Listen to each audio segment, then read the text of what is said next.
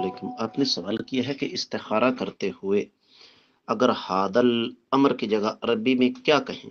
آپ حادل امر ہی کہیں، اور جب حادل امر کا لفظ کہیں بلکہ وہ تو پہلے آپ کے ذہن میں ہوگا کہ آپ کس کام کے لیے استخارہ کر رہے ہیں، تو انشاءاللہ اللہ تعالیٰ اپنا فضل و کرم فرمائیں گے۔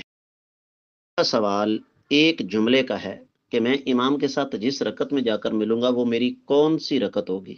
اس کا جواب یہ ہے کہ وہ آپ کی پہلی رکعت ہے۔ جب آپ کی وہ پہلی رکعت ہے، امام نے سلام پھیر دی تو آپ نے 2 رکعتوں کے بعد تشہد پہ بیٹھنا ہے۔ اگر 4 رکعتوں والی نماز ہے تو اس کے بعد آپ نے 2 رکعتیں پڑھ کے پھر تشہد پہ بیٹھ جانا ہے۔ لیکن آپ نماز میں اس وقت ملے کہ جب امام سورۃ الفاتحہ پڑھ چکا تھا، اب آپ کیا کریں؟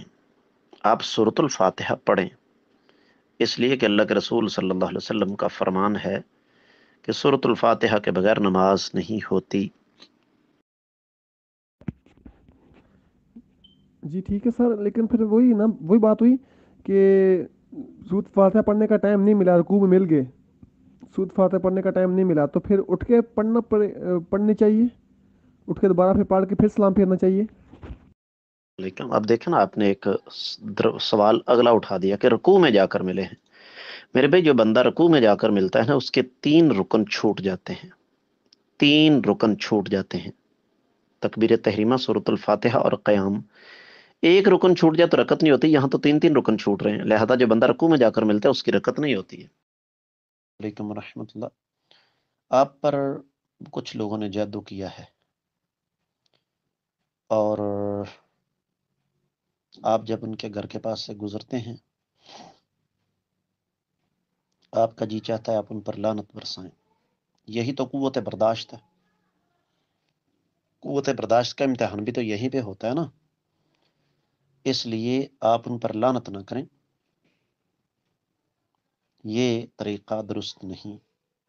آپ صرف دعا کریں کہ اللہ ان کے ساتھ وہی سلوک کرے جس کے یہ حقدار ہیں۔ السلام علیکم ورحمۃ اللہ وبرکاتہ۔ شیخ صاحب، میرا سوال یہ تھا کہ عورتوں کا قبرستان میں جانا منع ہے یا نہیں؟ آپ کا سوال آ گیا ہے عورتوں پر قبرستان جانے کے حوالے سے۔ اس میں کوئی شبہ نہیں کہ علماء کرام کی اس بارے میں مختلف آراء ہیں، اختلاف ہے، لیکن جو بات میری سمجھ میں آئی ہے وہ یہی ہے کہ اللہ کے رسول صلی اللہ علیہ وسلم کا فرمان ہے، لعن اللہ زائرات القبور۔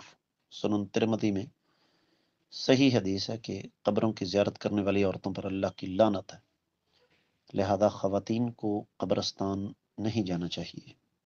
السلام علیکم ورحمۃ اللہ وبرکاتہ۔ میرا سوال یہ ہے کہ کچھ لوگ کتوں اور وہ خنزیر جو سور ہوتا ہے اس کی لڑائی کراتے ہیں، کتے اس کے ساتھ لڑائی کرتے ہیں، اسے کھاتے ہیں، تو ایسی لڑائی کرنا جائز ہے؟ یہ گناہ کے زمرے میں آتا ہے؟ السلام علیکم۔ مختلف جانوروں کو آپس میں لڑانا کیسا ہے؟ یہ حرام ہے جی، اس لیے کہ کائنات کے امام صلی اللہ علیہ وسلم رحمت للعالمین بن کر آئے ہیں، اور آپ علیہ الصلوۃ والسلام کی جو تعلیمات ہیں ان سے یہ پتہ چلتا ہے۔ مثال کے طور پر نبی کریم صلی اللہ علیہ وسلم کی حدیث ہے کہ اذا قتلتم فاحسنوا القتلہ فاذا ذبحتم فاحسنوا الذبح۔ جب تم کسی کو قتل کرو، دشمن کو بھی، تو اچھے طریقے سے قتل کرو، اور جب تم کسی کو ذبح کرو تو اچھے طریقے سے ذبح کرو۔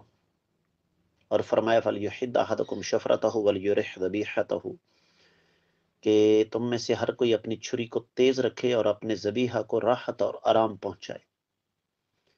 پھر اسی طریقے سے ہی اللہ کے رسول صلی اللہ علیہ وسلم کا ایک اور فرمان بھی ذہن میں رکھیے گا۔ آپ علیہ الصلوۃ والسلام نے ارشاد فرمایا، ایک عورت ایک بلی کی وجہ سے جہنم میں چلی گئی، کس لیے کہ اس نے اس کو باندھ دیا تھا، نہ کھانے پینے کے لیے چھوڑتی تھی، نہ اس کو کھانا دیتی تھی۔ پھر نبی علیہ الصلوۃ والسلام کا فرمان ہے، ایک عورت ایک کتے کے بچے کی وجہ سے جنت میں چلی گئی، وہ اس لیے کہ اس نے دیکھا کہ وہ پیاس سے بلک رہا ہے، زباں ہانپ رہا ہے، تو اس نے اپنا دوپٹہ جو ہے اس کو اپنا موزہ باندھا اور پھر اس کو کنویں میں لٹکایا. جب پانی نکل آیا تو اس نے اس کو پلا دیا. تو ان تمام تر دلائل سے پتہ چلتا ہے کہ جانور چاہے وہ حرام ہو یا حلال، اور بھی بہت سارے دلائل ہیں جن سے پتہ چلتا ہے کہ حلال و حرام کا مسئلہ نہیں، جانور پر ظلم کرنا جو ہے وہ شرعی طور پر حرام ہے، منع ہے. السلام علیکم ورحمۃ اللہ وبرکاتہ جی. ایک مسئلہ پوچھنا سی کہ اج کل جڑے واش روم بنتے ہیں انہوں دے بیت الخلا کی جگہ اور وضو کرنے سے کمبوڈ جڑا ہے وہ اندر ہی لگا ہوں ہے.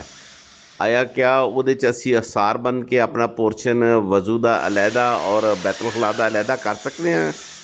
ذرا دا تفصیل دے نال ذرا اور جواب ہی آڈیو چ دے دو پلیز. السلام علیکم ورحمۃ اللہ. آپ نے سوال کیا ہے کہ واش روم میں ٹوائلٹ بھی ہوتا ہے تو کیا وہاں بیسن لگا کے وضو ہو سکتا ہے؟ جی بالکل وضو ہو سکتا ہے، اس کی وجہ کہ جو آپ کا ٹوائلٹ ہے وہ بالکل ایک سائڈ پہ ہوتا ہے اور آپ کا بیسن ایک سائڈ پہ ہوتا ہے، تو آپ وہاں وضو کر سکتے ہیں انشاءاللہ. السلام علیکم ورحمۃ اللہ وبرکاتہ. شیخ محترم، یہ جو کہا جاتا ہے کہ طاعون کی بیماری عربوں میں آ گئی تھی اور نبی علیہ السلام نے منع کر دیا تھا ایسے علاقوں میں جانے سے، تو وہ طاعون بیماری جو ہے وہ ہوتی کیا ہے؟ یعنی کیسی ہوتی تھی، کہاں پہ ہوتی تھی یہ جسم پہ؟ السلام علیکم. جو سوالات حکیموں اور ڈاکٹروں سے پوچھنے چاہیے وہ آپ لوگ مجھ سے نہ پوچھا کریں، ٹھیک ہے؟ یہ طاعون کیا ہے اس کا اصل جواب تو آپ کو حکیم یا ڈاکٹر ہی دیں گے، لیکن میں جہاں تک مجھے اس بات کا پتہ ہے کہ یہ طاعون کے نتیجے میں جسم پر چھوٹے چھوٹے جو ہے نا وہ پھوڑا نما نشانات بن جاتے تھے، اور اس کے نتیجے میں پھر یہ ایک چونکہ جلدی بیماری تھی، خون کی خرابی کی وجہ سے ہوتی تھی، تو اس کے نتیجے میں انسان کی موت واقع ہو جاتی تھی. اور یہ کوئی ضروری نہیں ہے کہ یہ نبی علیہ الصلوۃ والسلام کے زمانے میں ہوئی ہو، یہ اس کے بعد بھی ماضی قریب میں آتی رہی ہے یہ بیماری. رحمۃ اللہ. بڑی دفعہ یہ گزارش کی ہے کہ سوال کرتے ہوئے نا ذرا اس بات کا دھیان رکھا کریں کہ عملی سوال کیا کریں.